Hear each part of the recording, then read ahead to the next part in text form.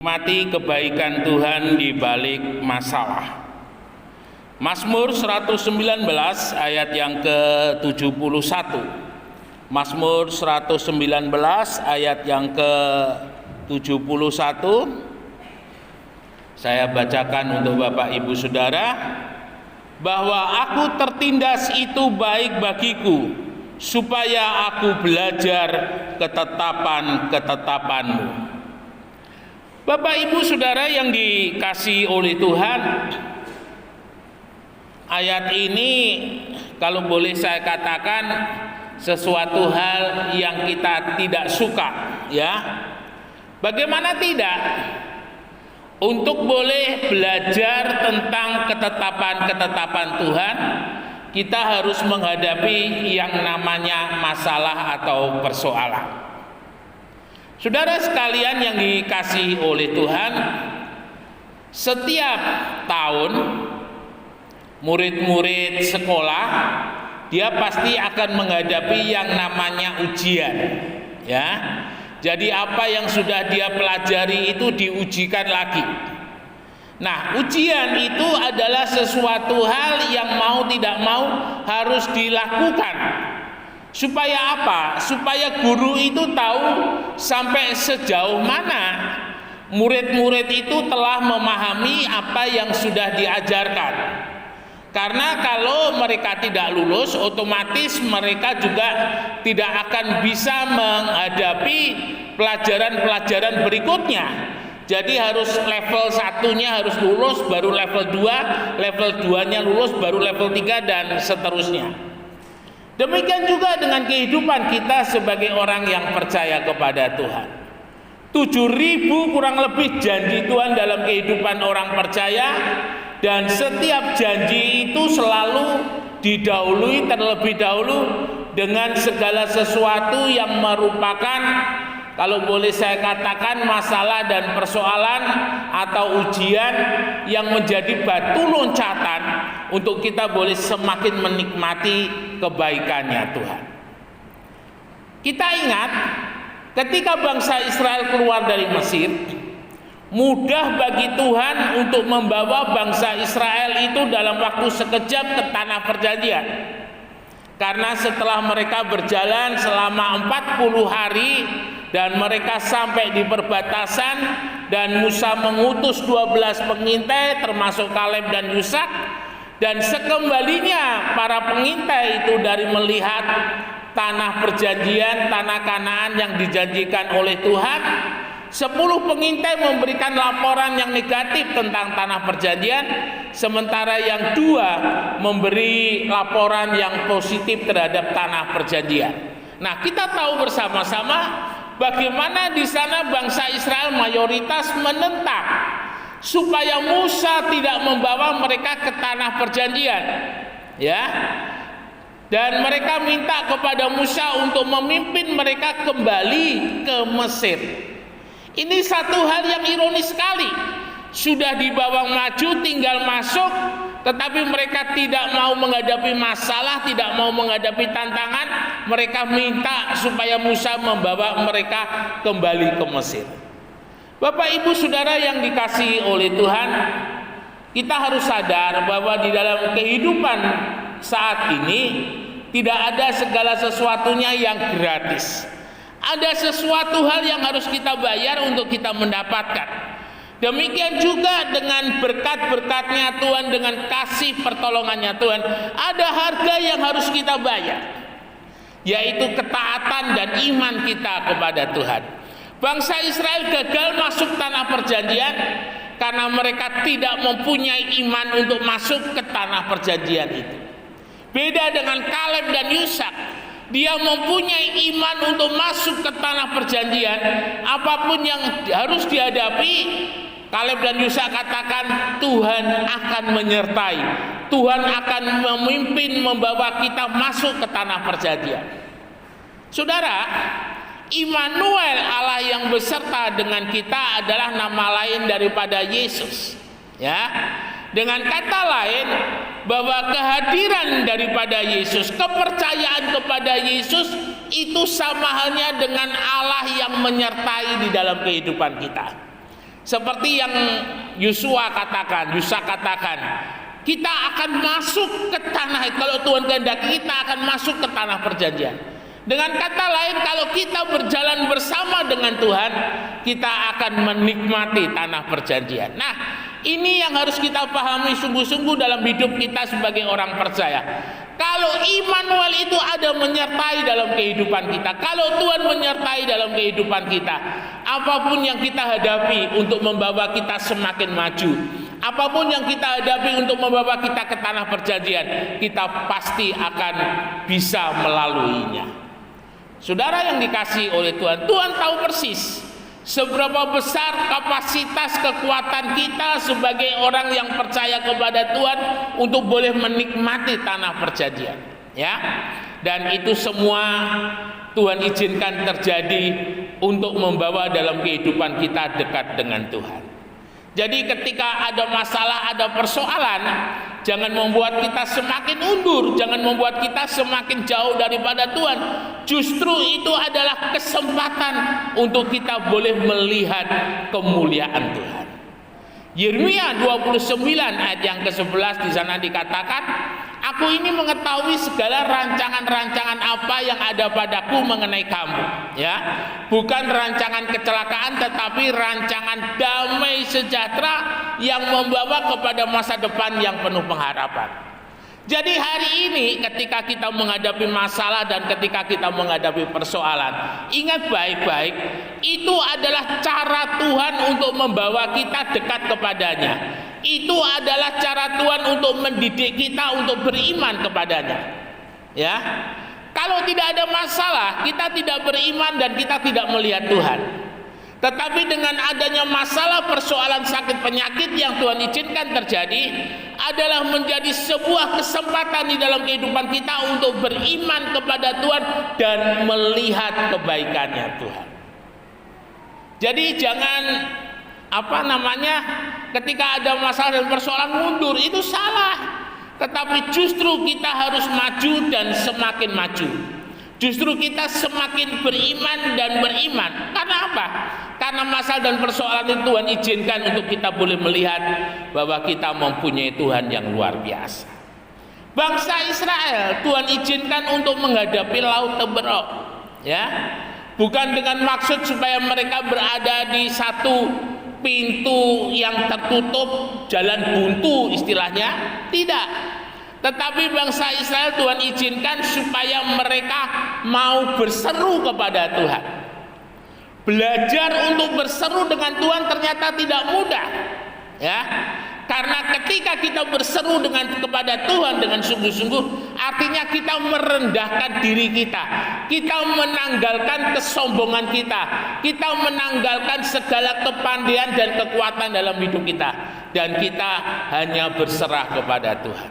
Pelajaran seorang perwira yang ada di Kapernaum, paling tidak kalau perwira gitu, paling tidak dia adalah komandan kompi lah, paling tidak kapten gitu ya kurang lebih. Dan ketika dia datang kepada Tuhan, dia katakan, Tuhan, hambaku sakit. Lalu Tuhan katakan, aku mau ke rumahmu. Perwira ini katakan, tidak usah Tuhan, katakan saja sepatah kata, maka hambaku itu akan sembuh. Nah, ini juga yang harus terjadi dalam kehidupan kita sebagai orang yang percaya kepada Tuhan. Justru ketika kita menghadapi masalah dan persoalan, kita mau datang kepada Tuhan, kita minta hikmat, kita minta pimpinan Tuhan untuk apa yang harus kita lakukan. Bapak Ibu Saudara yang dikasihi oleh Tuhan, kita ingat pengalaman daripada Ishak, ya. Abraham, Ishak dan Yakub. Kemudian Yakub melahirkan 12 anak laki-laki, dan itu menjadi cikal bakal 12 suku bangsa Israel. Ada satu hal yang menarik. Ketika ada kelaparan di Kanaan, dan rupanya Ishak sudah diberitahu oleh Abraham pada waktu-waktu yang lalu bahwa ketika terjadi kelaparan di Kanaan, pergi ke Mesir. Tetapi waktu itu Tuhan katakan, kamu jangan pergi ke Mesir, Ishak. Kamu pergi ke Gerar, ya. Dan Ishak tahu persis Gerar itu kalau musim panas itu sama dengan Kanaan. dan itu tidak ada hasil apa-apa, dan itu tidak ada yang bisa memberi kehidupan. Kalau di Mesir ada sungai Nil, dan sungai itu selalu mengairi pertanian yang ada di Mesir. Nah, saudara yang dikasihi oleh Tuhan, mengapa Tuhan harus tunjukkan kepada Ishak bagaimana di tanah yang kering itu Tuhan memberkati Ishak? Panggilan Abraham dan panggilan Ishak sama, tetapi dalam situasi dan kondisi yang berbeda, ya. Tetapi janji berkat itu tetap ada, dan Tuhan perlu tahu sampai seberapa besar iman Ishak itu kepadanya, sehingga Tuhan mengutus Ishak, kamu pergi ke Gerar dan aku akan memberkati kamu. Bapak Ibu, Gerar yang dikunjungi oleh Ishak pada waktu itu adalah Gerar yang tandus, Gerar yang panas, Gerar yang tidak ada hujan, Gerar yang tidak ada masa depan. Dan di sana Tuhan mau supaya Ishak pergi. Secara manusiawi Tuhan ini mustahil, Tuhan ini tidak mungkin saya hidup di Gerar, karena Gerar lagi panas, lagi tidak ada yang bisa ditanam. Tetapi disitulah iman daripada Ishak. Ishak tidak melihat Gerar yang panas, tetapi Ishak melihat kesanggupan Tuhan yang telah memberkati bapaknya Abraham. Dan Ishak juga sudah tahu bagaimana Tuhan mengganti dirinya dengan seekor anak domba di atas bukit yang tidak ada hewan sama sekali, dan di sana Tuhan gantikan anak domba sebagai pengganti daripada Ishak untuk dipersembahkan oleh Abraham. Dan rupanya pengalaman-pengalaman ini juga yang membuat Ishak, ya, berani pergi ke Gerar. Ketika Abraham hendak mempersembahkan Ishak, di sana dikatakan Allah sebagai Jehovah Jireh, Allah yang mampu mengadakan yang tidak ada dan tidak ada. Dan itu rupanya yang dipegang oleh Ishak, bahwa Allah yang mengutus dia ke Gerar itu adalah Allah Jehovah Jireh, Allah yang mampu mengadakan yang tidak ada menjadi ada, Allah yang mampu mengubah yang tidak baik menjadi baik. Dan ketika Ishak pergi ke Gerar, Gerar sama dengan Kanaan, lagi panas, tidak ada yang bisa ditanam, dan Ishak menetap di sana. Bapak Ibu Saudara yang dikasihi oleh Tuhan, karena Ishak beriman kepada Tuhan, Ishak melakukan apa yang diperintahkan oleh Tuhan. Ishak mulai menggaru, ya, istilahnya tanah yang menjadi milik daripada Ishak. Dan saya yakin mulai proses Ishak menggaru tanah yang ada di Gerar itu dilihat oleh orang-orang Gerar. Dan orang-orang Gerar mungkin berkata, Ishak ini sudah gila.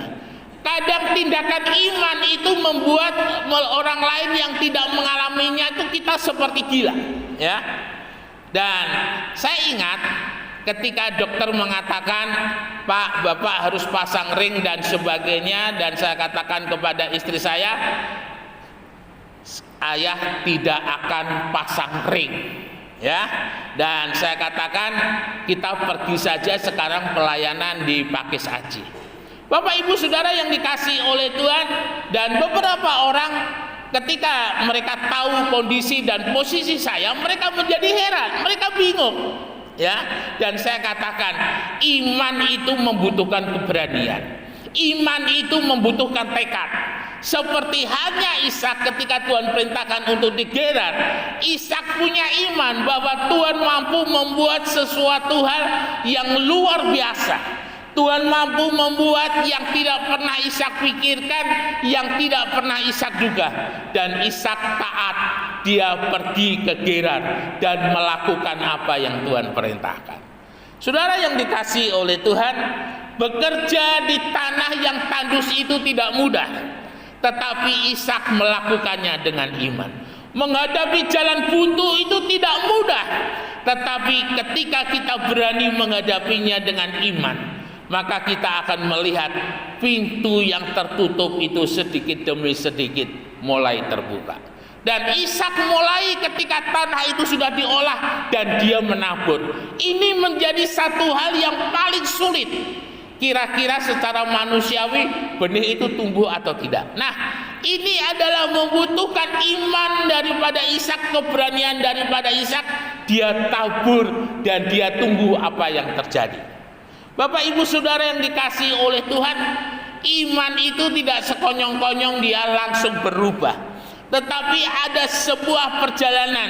Kalau saudara isi bensin di speedometernya bensin itu akan pelan-pelan naik, ya, pelan-pelan naik dan akhirnya penuh. Nah, tidakkan iman seperti itu? Ishak belum melihat hasilnya, tetapi dia beriman. Tetapi ketika benih itu mulai tumbuh, Ishak mulai percaya. Dan ketika semakin besar benih itu, semakin Ishak percaya. Dan akhirnya gandum, bulir-bulir gandum itu mulai keluar. Dan firman Tuhan katakan, Ishak menuai di musim kering yang ada di Gerar itu 100 kali lipat. Saudara yang dikasihi oleh Tuhan, beranikah kita menghadapi masalah dan persoalan dan beriman kepada Tuhan? Ini menjadi sebuah tantangan di dalam kehidupan kita. Jadikan masalah dan persoalan itu sebagai kesempatan untuk melihat Tuhan. Jadikan masalah dan persoalan itu sebagai kesempatan untuk kita boleh menerima mujizatnya Tuhan. Ya, jangan ketika kita menghadapi masalah dan persoalan menjadi undur, ya. Dengan kata lain, sapa ngerti lek aku ngambek, Tuhan teko mbek aku. Itu sebuah kesalahan yang fatal. Tetapi justru semakin kita menjauh kepada Tuhan, semakin kita tidak mempunyai iman dan semakin kita tidak melihat Tuhan. Ya, saudara harus sadar bahwa segala sesuatu yang Tuhan berikan kepada kita supaya kehidupan kita dekat dengan Tuhan. Itu kita harus sadari. Sehingga untuk mendapatkannya ada satu hal yang harus kita hadapi, ada satu hal yang harus kita lewati supaya hidup kita itu merekat dengan Tuhan, supaya kehidupan kita itu lekat sama Tuhan. Ketika kehidupan kita beriman kepada Tuhan, saudara akan melihat tidak ada yang tidak mungkin yang Tuhan tidak kerjakan untuk kehidupan kita. Selama yang kita minta kepada Tuhan sesuai dengan firman Tuhan dan untuk kemuliaan Tuhan, yakinlah Tuhan pasti akan memberi di dalam kehidupan kita. Lalu kemudian yang kedua, kita mau melihat di dalam Ayub pasal yang pertama, Ayub pasal yang ke-38, maaf. Ayub 38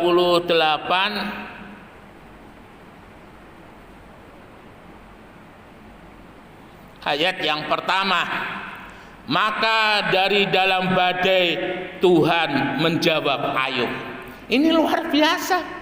Yang namanya badai itu anginnya bukan angin sepoi-sepoi, tetapi yang namanya badai itu anginnya kenceng, anginnya kuat, anginnya keras. Nah, di situ Tuhan berbicara kepada Ayub. Artinya apa? Artinya bahwa Tuhan akan selalu mengizinkan di dalam kehidupan kita menghadapi masalah dan persoalan. Karena dengan masalah dan persoalan itu akan membuat di dalam kehidupan kita dekat dengan Tuhan. Daud jatuh bukan karena dia dalam peperangan. Daud jatuh karena dia meninggalkan peperangan. Ya, firman Tuhan tulis ketika sedang ada peperangan yang biasanya Daud ikut maju di depan, tetapi kali itu Daud beristirahat. Dan rupanya dia di sana melihat Batseba mandi, lalu kemudian terjadilah skandal yang luar biasa. Bapak ibu saudara yang dikasihi oleh Tuhan, biarlah dalam setiap kehidupan kita sebagai orang percaya, ketika kita diperhadapkan dengan masalah dan persoalan, yang pertama jangan mengeluh. Yang pertama mengucap syukur.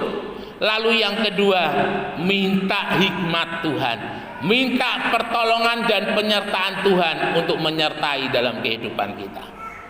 Ketika Tuhan berbicara dari dalam badai kepada Ayub, Ayub sadar bahwa ini adalah cara Tuhan yang unik untuk boleh menyadarkan di dalam kehidupan Ayub bahwa apapun yang Ayub hadapi hari itu, Tuhan tetap lebih besar.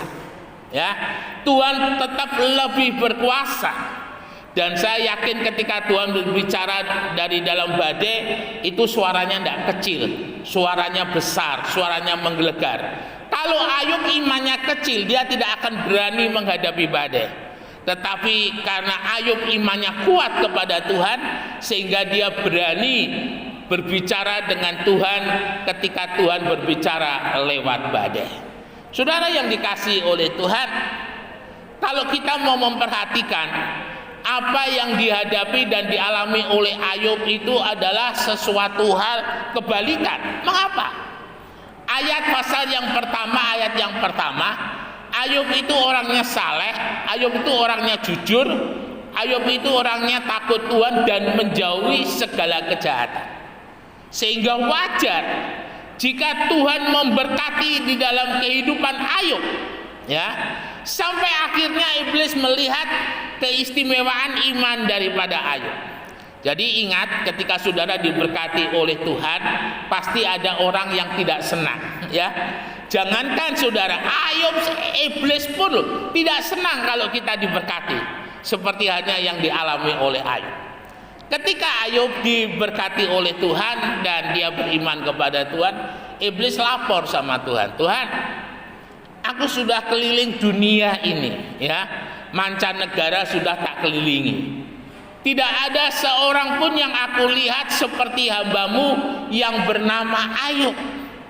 Sehingga pantaslah Tuhan memberkati Ayub, membuat pagar sekeliling rumah Ayub dan segala yang dimilikinya, dan memberkati setiap yang diusahakan dan dikerjakan oleh Ayub. Lalu iblis mulai bilang sama Tuhan, Tuhan, coba tangan Tuhan angkat supaya perlindungan dalam kehidupan Ayub itu tidak ada dan berkat Tuhan itu tidak ada dalam kehidupan Ayub. Dan akhirnya Tuhan bilang, oke, aku izinkan, ya, aku izinkan, tetapi jangan satu, kamu jangan ganggu jiwanya. Nah, akhirnya tangan Tuhan diangkat dan iblis mulai mengganggu di dalam kehidupan Ayub. Harta bendanya yang dikumpul oleh Ayub selama berpuluh-puluh tahun habis dalam waktu 1 minggu, ya. Anak-anaknya mati semua. Saya tidak bisa membayangkan jika seandainya saya mengalami seperti Ayub, itu sesuatu hal yang sangat-sangat luar biasa kalau boleh saya bilang. Level imannya Ayub ini sudah level tingkat tinggi. Dan ketika semuanya diambil dari Ayub, kita lihat Ayub mengatakan, Tuhan yang memberi, Tuhan yang mengambil, terpujilah nama Tuhan. Ini adalah suatu bukti bahwa kasih dan iman Ayub kepada Tuhan tidak bisa dikalahkan dengan kekayaan-kekayaan, dengan harta benda duniawi. Terbukti bahwa iman Ayub kepada Tuhan itu adalah iman yang luar biasa. Dan pada akhirnya kita boleh melihat Tuhan mengembalikan yang dimiliki oleh Ayub itu 100 kali lipat. Tuhan menggantikan anak-anak Ayub dengan anak-anak yang cantik, dengan anak-anak yang baik. Nah, Bapak Ibu Saudara yang dikasihi oleh Tuhan, kita boleh melihat di sini, jika sesuatu hal itu menjadi masalah dan persoalan dalam hidup ini dan Tuhan izinkan, artinya Tuhan akan membawa di dalam kehidupan kita semakin menikmati berkatnya Tuhan, semakin menikmati kasih kemurahannya Tuhan. Tapi ingat, kita harus ada di dalam posisinya Ayub. Kita harus ada di dalam posisinya Ishak. Tetap beriman, tetap setia, tetap percaya kepada Tuhan, ya. Jika hari-hari ini dan hari ke depan Tuhan izinkan ada sesuatu hal yang terjadi dalam hidup ini, biarlah kita mau menyadari kalau hal itu Tuhan izinkan terjadi. Yang pertama, jika yang kita alami akibat dosa kita, biarlah kita bertobat. Tetapi jika Tuhan izinkan hal itu terjadi supaya Tuhan mau lebih memberkati kita, bertahanlah. Karena tidak selamanya mendung itu kelabu, ya. Karena akan datang mentari yang bersinar untuk boleh menyinari di dalam kehidupan kita. Terus percaya, terus beriman apapun yang terjadi. Karena janji Tuhan itu iya dan amin. Janji Tuhan itu tidak pernah berubah dahulu sampai sekarang dan selama-lamanya. Dan rancangan Tuhan untuk orang percaya adalah rancangan damai sejahtera yang membawa ke masa depan yang penuh pengharapan. Immanuel, Tuhan Yesus memberkati, beri kemuliaan bagi nama Tuhan. Mari kita sama-sama bangkit berdiri.